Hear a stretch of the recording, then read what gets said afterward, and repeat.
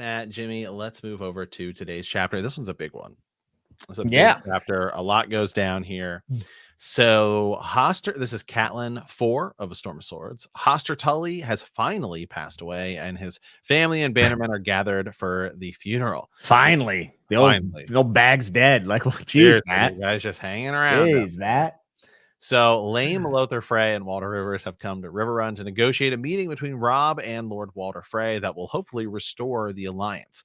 The Lord of Riverrun is placed on a funeral pyre boat launched by Robb, Titus Blackwood, Janus Bracken, Jason Mallister, Mark Piper, Carl Vance, and Lothar Frey. Lothar is invited to take the place that would be Desmond Grell's as a gesture of goodwill toward House Frey, as an effort from Robb to apologize for his failure to keep his vow of marrying a Frey. Edmure tries to launch an arrow at the ship to light it, but he misses 3 times. He gives the bow to Brendan Tully, who hits the boat, causing it to catch fire. Later, Robb is devastated by the news from Duskendale, shocked that Robert Glover and Helman Tallhart took it upon themselves to attack such an insignificant castle, losing nearly a third of Robb's infantry.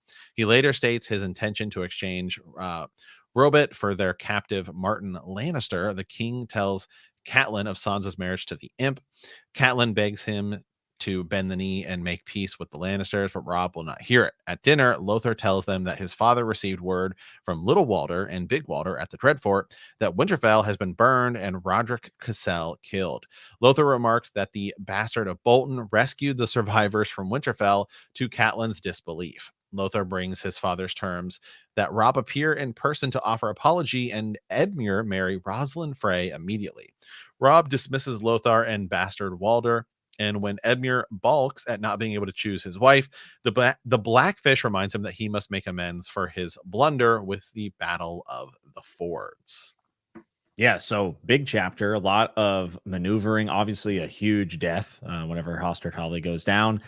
But I love this chapter because we get the Blackfish and we get the Edmure. I think the Tullys are very underrated. I always put them lower in my tier rankings for family, but not because I think that they suck or anything, but it's just because we don't get quite enough of them, in my opinion. I think we could use more Edmure and more Brendan. But this chapter is pretty great. And I know earlier you kind of mentioned that Catelyn makes a lot of blunders, and I would agree with you. But in these chapters, Catelyn is actually internally a voice of reason and what she wished Robb would do. Oh, he's playing the boy, not the king, right? Like that's a pretty big line that she says. So outside of some of her own biases, Catelyn does have some really good advice or thoughts, but she maintains her position as you know, a mother, and it also someone who's in a very negative light from freeing Jaime Lannister. She's actually not speaking up maybe as much as she should. Maybe she should be giving more advice. And at one point in the chapter even says maybe we should sow for peace and bend the knee, to which Robb, and this is where he's playing the boy, says never. Like literally, I will never do that. So Catelyn, though she does make many blunders, she's also extremely rude to Jon Snow, which no one likes. She does have some good ideas and thoughts and decisions, but she can't force Robb to make them. I think that she sees with a more clear eye for her son than she does herself. And I think that that is part of like the motherly nature that George writes into the character that's so very good. Yeah. Yeah, I agree. This is probably one of the better Catelyn chapters, at least for her, where she's actually voice of reason. Yeah. Right. A voice of reason, because she's seeing Robb slip up. Right. Yeah. I mean, he fell for the wrong girl. Robb's making mistakes and sort of trying to fix it. And there's one point where she's going to slap him.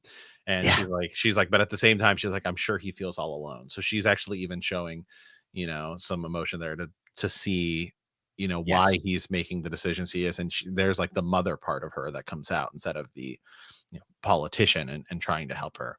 Right. What resonated with me in this chapter is how melancholy this is, and how the Starks are just continuously losing, and bad, you know, more bad news coming in. Winterfell has been burned to the ground. Like, I really felt the despair in this chapter, and the way that Catelyn, like the way George writes Catelyn to voice these things inside of her head are really, really, really impactful to me. So I could just feel things slipping more than maybe ever before. In any of my other rereads, you kind of get that foreboding sense, not just with all the foreshadowing of the Red Wedding, which there's even more here. Like, it's obvious the Freys are up to something, but just that the war is slipping from them. They're fighting from both sides. The Greyjoys have screwed them over in many ways. Rob has made decisions that have kind of separated his bannermen. His mom obviously is a traitor in many people's eyes. And I always thought of like, the Red Wedding when I read through these multiple times. I'm always thinking, man, the Starks were so close to winning. But I think you can tell, especially in this chapter, that that is not the truth and that they had started to lose this battle long ago. And by the way, in this chapter, we get more proof that the Boltons and the Freys are in bed with one another. That's very subtle, but like the Boltons being praised as this like positive thing, and Walter up at Winterfell, like it's so obvious that there's deceit going on in the North. And the Boltons, I mean, there's full of misinformation about the Boltons, right? They're doing good and things. and somebody even says, and I'm trying to find the exact line where he's talking about like, well, in war it's hard to tell, like Yeah, what right. the It's story like is, yeah.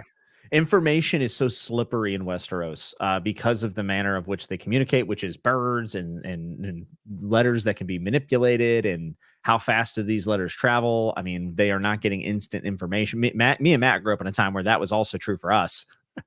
Where a home telephone was a miracle. But now with the age of the internet and cell phones and everything's so instantaneous. People forget that back in the day, bad news used to take a little while to get around. Mm-hmm. Yes, it did. Certainly does in Westeros. Yes, it did. Yeah, I was trying to find that line, but yeah. So there's a lot going on in this chapter. So I think we'll kind of do some big takeaways here. Mm-hmm. But the one I kind of want to start with, Jimmy, is maybe perhaps a little bit of like ultra theorizing a little bit ahead. Okay. So the conversation that they have about Tyrion and Sansa's been married, and they talk a little bit about oath breaking, right? Mm-hmm. And so it says he swore to trade her for his brother. She said dumbly, Sansa and Arya both. We would have them back if we returned his precious Jaime. He swore it before the whole court. How could he marry her after saying that in sight of gods and men? He is the Kingslayer brother. Oath breaking runs in their blood. Rob's fingers brushed the pommel of his sword. If I could, I'd take off his ugly head. Sansa would be a widow then and free. There's no other way that I can see. They made her speak the vows before a septon and don a crimson cloak. So kind of interesting.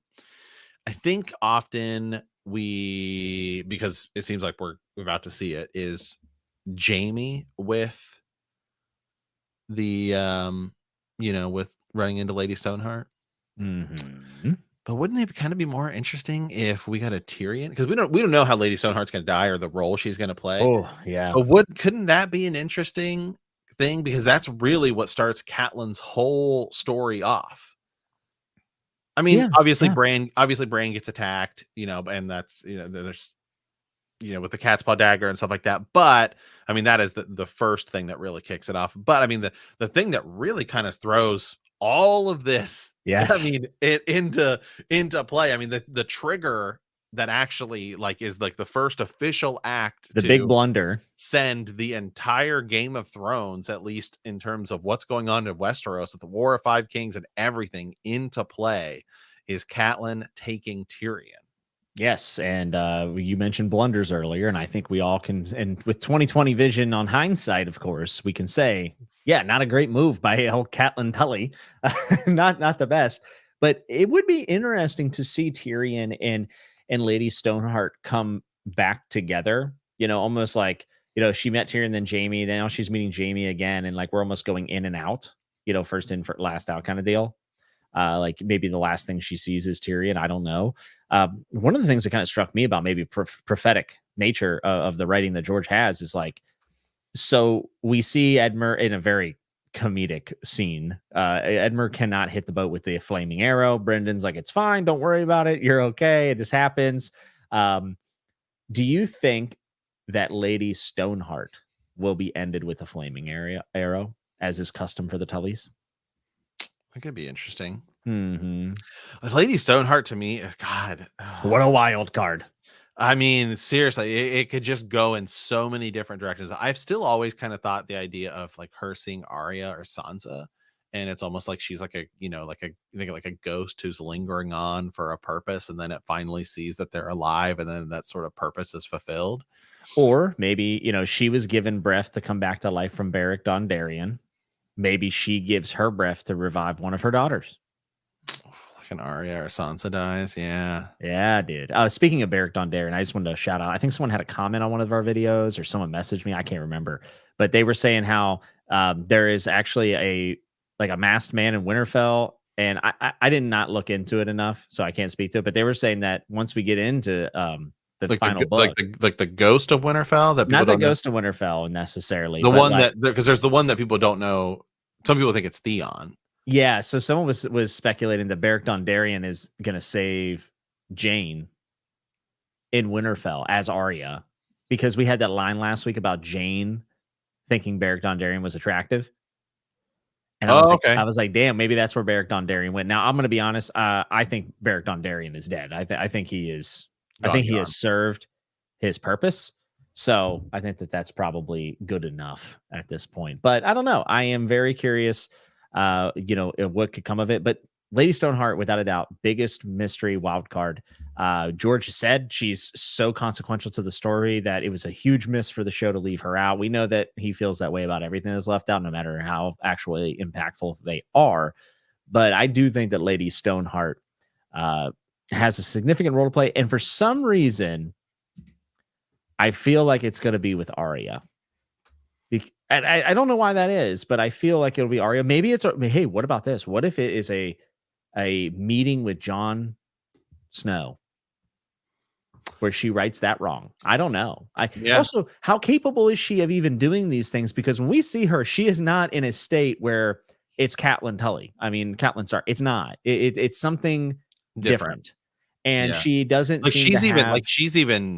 I mean, she's the most interesting resurrection of all of them, to be honest, because she's like a very different person than. Also, then I mean, if you look at the resurrections, even if you take the show into consideration, like resurrected John is still kind of the same person. He's definitely a little bit there. I mean, that will be better older. I feel, but I think it's just because he's a little bit older, and he's like King of the North and dealing with in Dany. the book, George will explore the price of resurrection because it's literally one of his rules. He talks. Sorry, I'm stumbling. He talks at length about how resurrection should cost a price and it should not be the same thing. It's one of his problems with Tolkien's works that he talks about. I shouldn't say problem. It's one of the things he wanted to commentate on whenever he wrote A Song of Ice and Fire. So Jon is 100% going to be affected by his resurrection, whereas in the show, let's be just quite honest, he wasn't. He wasn't at all.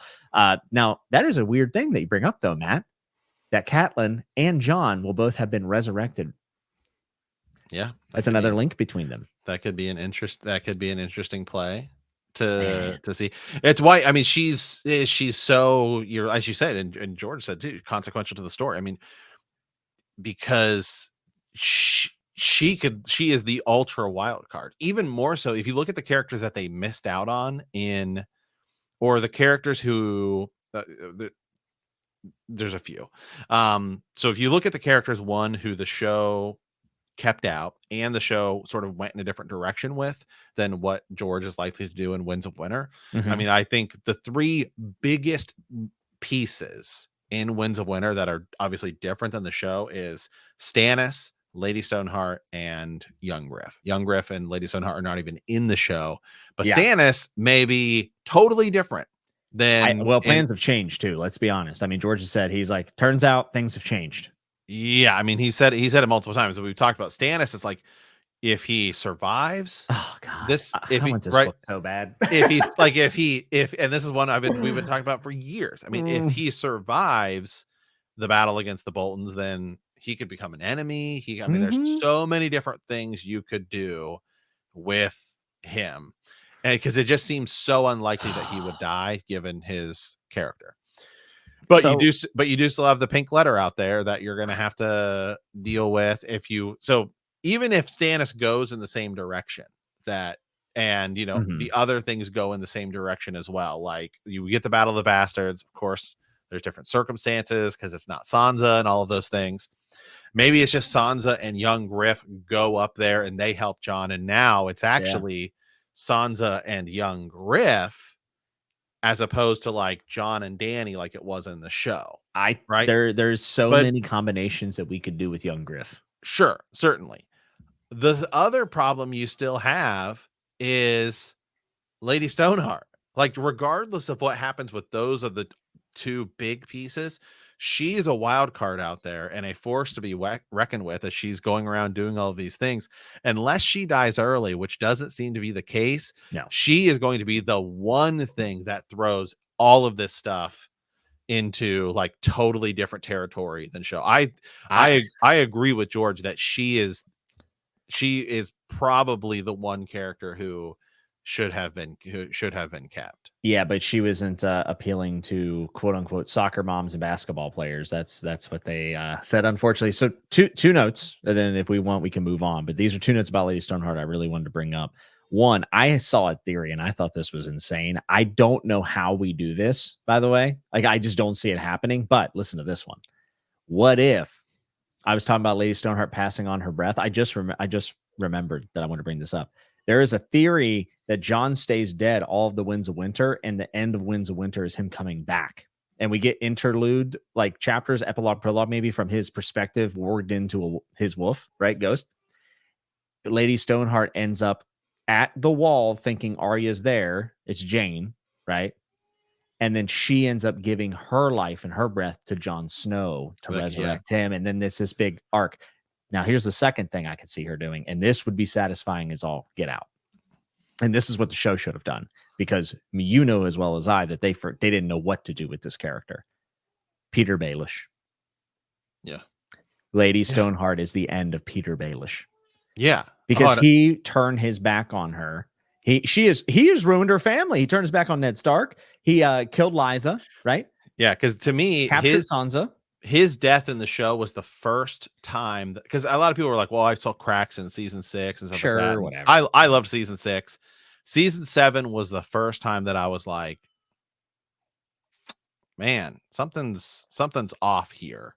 And it was when it's those first few episodes of season 7 where before they kill Baelish, and it's Sansa and Arya, and it just felt like they just didn't know what to do. And then his death to me literally just feels like, I know that they sort of built it up. They had a little bit of build up there where he's like trying to, play both sides and everything, but it felt that to me is might even be the most rushed thing in all of Game of Thrones, the show, because he's such a huge consequential character.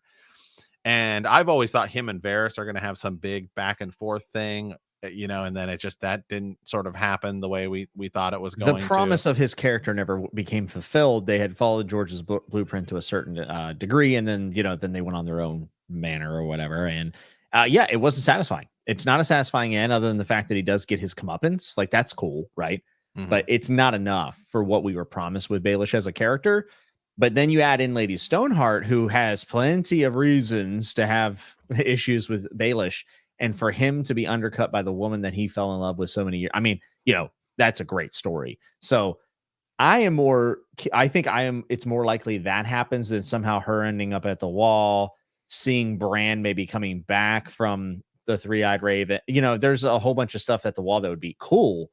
I just don't think it's nearly as likely as maybe her being involved in Baelish. Plus, she's in that area already. Right. Like, we gotta consider like the travel that goes into all of this.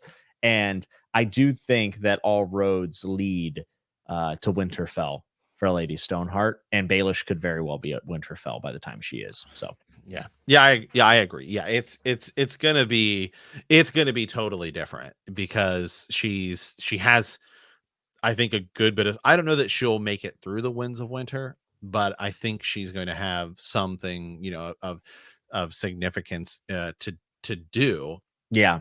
Is she going to meet Melisandre? And then that's where you get into all the things with Winds of Winter, and you can even see some of those threads here in this chapter too. Like, as we know, things that tie into Lady Stoneheart. There's a lot of them in these chapters with Catelyn.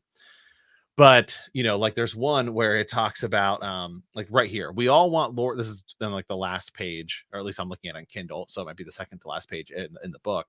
We all want Lord Walder to die happy. Catelyn was growing less and less comfortable with this arrangement. My brother has just lost his own father. He needs time to mourn.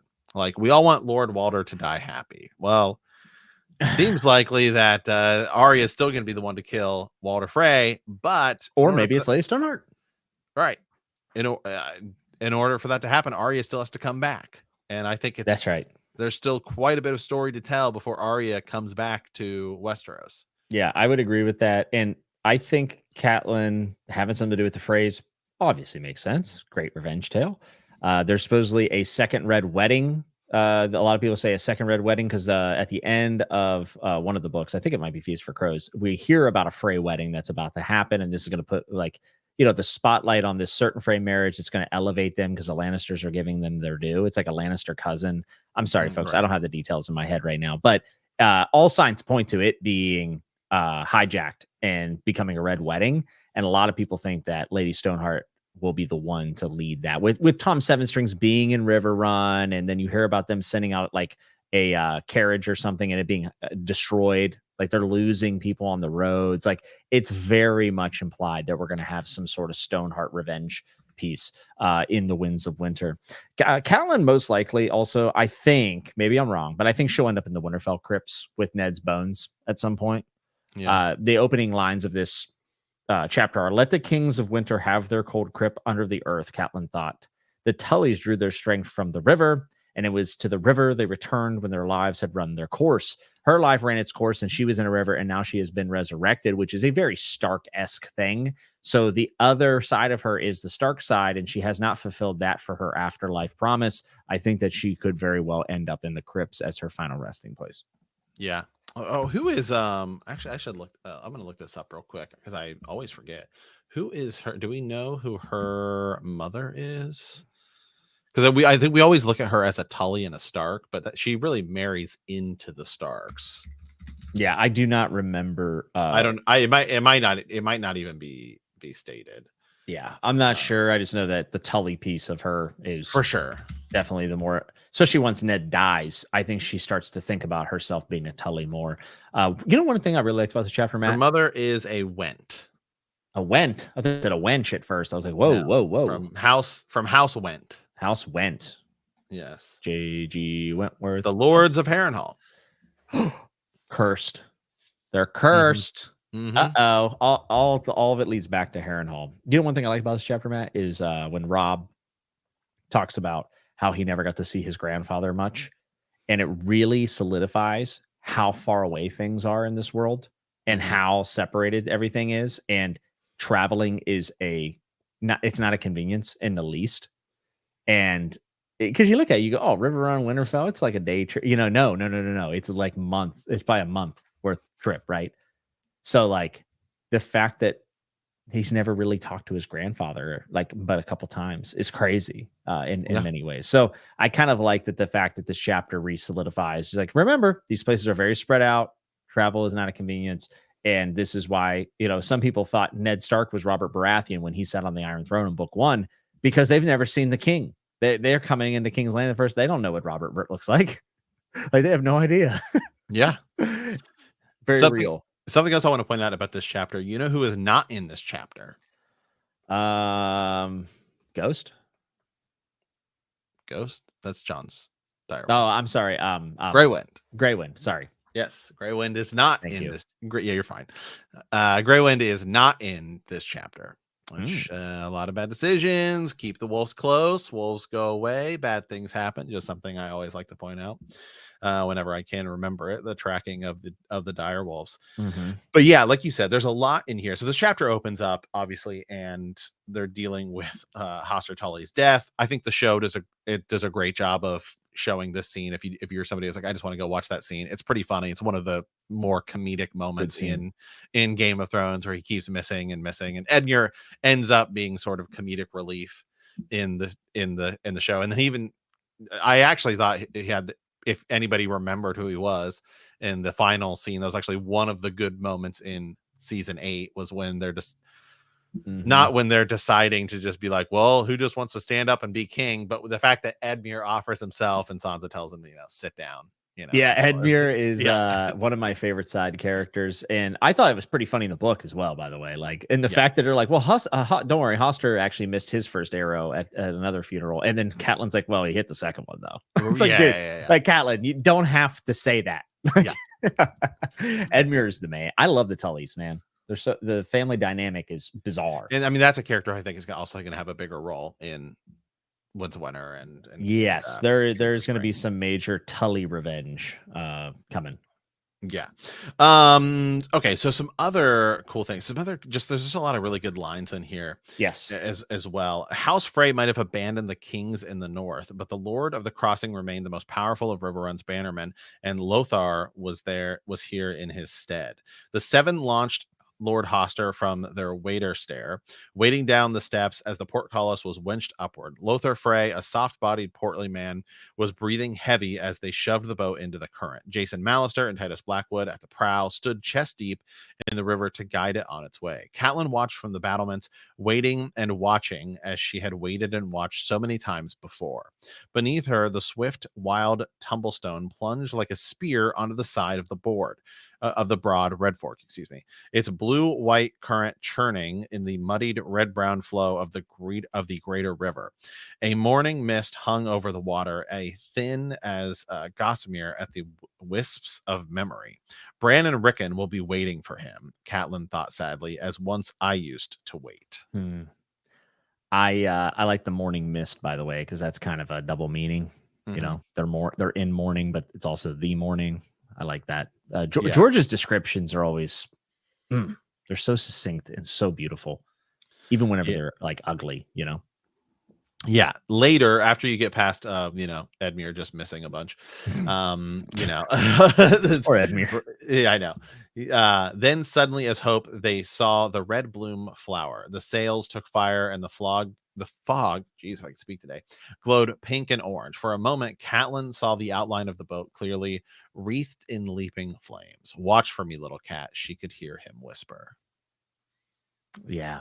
Man, that kind of heartbreaking, isn't it? Also, remember, she lies to Edmure about the final words. Like, yeah, he mentioned you right at the end, but instead he was saying Tansy, which I've been going on about for our last few episodes about how Tansy is just dropped in multiple ways and multiple uses, and then we kind of put it together by the end of this book.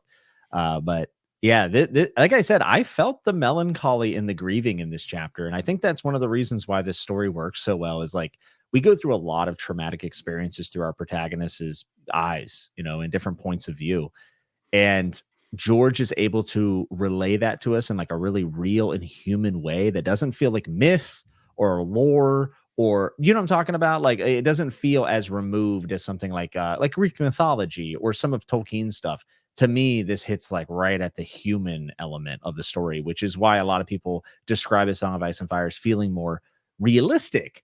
I always think that's funny because it's you know, it's somewhat realistic, but it's still a fantasy story, right? But the realism comes within the emotion. So I think it just feels very intimate. And Catelyn's, like I said, Catelyn's inner thoughts about all this stuff and death and her family and position it's in, I think is really compelling. Yeah. Yeah, I want to pull up this other line here too. So just a little bit further down here. So Lord Hoster looked as noble as a king, my lady, murmured Jane. What would that I have been given the chance to know him, and I to know him better, added Rob, like you said earlier. He would have wished that too, said Catelyn. There were too many leagues between Riverrun and Winterfell, and too many mountains and rivers and armies between Riverrun and the Eyrie, it would seem. I think also just kind of like a nod to the mountain, which is just a cool little George writing there. Yeah. Liza had made no reply to her letter, and from King's Landing came only silence as well. By now, she had hoped that Brienne and Sir Cleos would have reached the city with their captive. It might even be that Brienne was on her way back and the girls with her. Sir Cleos swore he would make the imp send a raven once the trade was made. He swore it. Ravens did not always win, though. Just a cool little line there. I do like. And neither do the Baltimore Ravens. Am I right? No, I don't know. I just want to throw in. Aren't they like 2-2? I think, or they're okay this year. Yeah, they can go to hell. All right. Whoa! Jimmy's a Browns fan. I'm a Steelers fan. I'm wearing my Steelers shirt, but rough year. I'm not. I kind of like the Ravens. I respect them as a Steelers fan. I respect the Ravens. They're like our real. I mean, the Browns are supposed to be our rival, but I mean, it's like you got to be the Ravens. You got to win every now and then to be a rival. Right. Yeah. Ravens lose though. Sometimes the Ravens lose. Sometimes the messages don't get to where they're going, and that is a huge piece of A Song of Ice and Fire, and a lot of the troubles that come around. Different version of the miscommunication trope, which I really like. Yeah, I agree. And yeah, I like that little line about the mountains and stuff like that. And he swore ravens did not always win, though. So like that's just an interesting line because it's just talking about like that he specifically chooses a win, right? I mean, that's just because there's nothing really in there about winning. It's just, they make the trade and we get them back though. So it says Ravens did not always win. Just an interesting line. Yeah, I part of me, it was like I forgot that Catelyn like pleads with Rob in that private conversation to bend the knee, Mm-hmm. and I thought back about it, and I'm like, I don't even know if they would have accepted the bending of the knee at this point There's no because point. There's no point to. yeah, like they know that they're going to do the red wet, like they have the final pieces of this Well, they. puzzle. Oh, at this point, there's not. I don't think there's anything he can do at this point. But they don't even Except, know. Like, they yeah, think that it's still like a 50-50 and they gotta go back, but they're gonna come, and they have won a lot of battles, by the way, and they're not aware of where Jamie is and where Arya actually is, so, like, in their mind, they still have, like, some sort of leverage, but I think if they it's gone at this point. It's yeah, over because I they mean just don't know it. the only thing they could do at this point is stay at Riverrun. And go to Essos, I guess, because they don't know that the Boltons have already made the deal and the Freys have made the deal. Like, the Red Wedding is in writing at this point. Like, we've been hearing about it through whispers. If on a reread, you see all the way back in Clash of Kings. Yeah. So it's a wrap. And it's just, I was thinking about it from the perspective of the Starks, and I was like, yeah, Catelyn might have been right at this point. Like, she might have been right. But then the more I thought about it, I was like, nah, it wouldn't have mattered at all. They would have No, just lost their honor and Winterfell's everything. gone. They can't go north through the Freys, and the south is screwed too. If you try to do it, they're screwed. I mean, Yeah, they're it's checkmate. They're stale playing their game, not realizing it. But what's really interesting about this, or maybe the main point of this, is that Ned Stark decided to concede and bend the knee and ruin his honor in his last moments and say he committed treason. And Joffrey went against that and ruined him, right? And everyone said Joffrey's an exceptional monster and not a Lannister. He's the exception, right? Like, he's so evil, he's the exception. Except Tywin would have done the exact same thing in this moment, right? Yeah. If he bent the knee, Rob would have thought he was doing a noble thing, a humble thing, and then he would have been killed anyways. So it's not Joffrey being extra evil. That's just the way it is in King's Landing and with the Lannisters. So that's kind of an interesting parallel to draw between the two. Yeah. Yeah, then I think this, even though it's not the last line of the chapter, I think it's just sort of like a good line here, because it sort of just describes this whole chapter as things. It's like, okay, it's getting somber, and then things just get worse and worse and worse. Yeah. So the Ironman, Sir Roger Crisell said Catelyn numbly, the dear brave loyal old soul. She could almost see him tugging on his fierce white whiskers. What of our other people? The Ironman put them to the sword, I fear. Wordless with rage, Rob slammed a fist down on the table and turned his face away so that the Freys would not see his tears. But his mother saw them. The world grows a little darker every day. Yeah, and it's like, how much more can we take is her mindset, and I totally understand. Because, like I said, you can now see on a reread, of course, things were slipping far. Every decision has put them further and further back, and it's not all their own faults. Like, a lot of people paint the Starks as just idiots or like bumbling morons that all they do is mess up. But like, it also was just straight treachery from Theon. Yeah, and the Boltons being immoral and not abiding by what they thought was the honor code, which they had no reason not to believe them at this point. So, like, it's not all the Starks' own doing. They didn't help themselves in many ways, but it also comes down to people just doing some really terrible shit to them. Yeah. I mean, even if Rob had married a Frey and the Boltons are still going to betray them, like, what does that get them? Oh yeah, I mean, Winterfell still gets raised, right? Yeah. Yeah, So, I mean, now you've strengthened your alliance in the Riverlands, but that doesn't really do a ton for you, because no. Winterfell getting taken by the Boltons, it is like, now nobody's going to trust you or believe you or anything. I mean, you're screwed. Yeah. That was the worst decision, was letting Theon go. Yes. I mean, Trusting Theon Greyjoy was not a good idea. Of any of the decisions, that's the worst one. Because if Theon doesn't go, like, the Red Wedding can still happen. You don't know that's going to happen. But I mean, that's the thing that causes them to say, we need to try and go back. So they go, okay, now let's make amends with the Freys. Like, you could have just not made amends with the Freys and be like, well, I'm the king of the north and I'm going to be the king of the Riverland, so you're going to have to deal with it. And you could just sort of tell the phrase off, but it's the decision to be like, we need to head back to Winterfell now. Means we're going to have to cross through the twins in order to get back and not, potentially go some other way. But yeah, I think it all kind of hinged on the one thing, the letting Theon go, because that's what screwed it all up. Yeah, it's also hard to trace the one thing, because we could also go back all the way to, you could make an argument and say, well, maybe if they never should have let Jaime go. They should. Well, that's what I was about to bring up. I said maybe that's actually the biggest thing, because that was the only piece of leverage they ever had.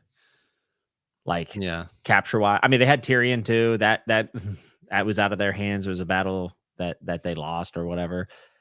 There's a lot. I mean, you could say Ned accepting to be Hand of the King. But then we wouldn't have this really cool story to talk about. So I'm glad that they messed up. right. Yeah. Okay. So I'll read the last little bit here too. So this is after they've said, okay, you're going to have to marry Edmure. You're going to have to marry a Frey. I had says the Blackfish said, I am the last man in the Seven Kingdoms to tell anyone they must wed, nephew. Nonetheless, you did say something of making amends for your battle of the fords. I had in mind a different sort of amends. Single combat with the Kingslayer, 7 years of penance as a begging brother, swimming in the sunset sea with my legs tied. When he saw that no one was smiling, Edmure threw up his hands. The others take you all. Very well. I'll wed the wench as amends. Yeah, a little bit of comedic relief at the end here, but I also think it's funny that they're harping on Edmure for his fumble, which he did, by the way. He fumbled, but they also didn't clue him in earlier, and that's why he messed up, because he didn't have all the information, so they should have trusted him more. So I've always had a little bit of a soft spot for Edmure in this whole situation, not to mention that everyone just kind of tiptoes around the fact that Robb has made a massive strategic error by going against his oaths of wedding a Frey. So like, I feel like it's very unfair that he's being put in this situation, and then he's going to make Robb's the one who messed up. Yeah, and then whenever they finally do this wedding, with him trying to do what's right for his family and for the war, it's going to be Robb's mistake ultimately that gets all their heads lopped off. So it's like, I don't know. Edmure is abused, and he should have been clued in earlier, but he's also kind of a boob and has anger problems. So I don't know. It's tough. It's really tough. When you don't trust the people underneath you to make decisions to lead people, bad things happen. And they didn't trust Edmure. He fumbled, and everything has just cascaded from there. Yeah. Agreed. Woo. All right. Hey, great chapter. That's a excellent chapter. And, it's a big one because like we said, it ties into a lot of Lady Stoneheart and all of these things. What are we into next time? Oh, we'll be into Davos. Yeah, this is the Davos prison chapter. So that's going to be, I think, some Melisandre action going on there. So yeah. All right. Well, guys, hey, as we said, Jimmy and I did a Patreon episode the other day, which should be up as well by the time you guys are listening to this, doing a big breakdown of House of the Dragon with that new news of what we think season 3 and season 4 will look like. So with that, we want to thank you for playing the Game of Thrones. In our next episode, we will be discussing A Storm of Swords, Chapter 36, Davos 4. And if you like our podcast, don't forget to subscribe, like us, write a review, leave a comment, or send us a raven at btkcast@gmail.com or bendthekneepodcast.com. We'll see you next time. And remember that winter is coming.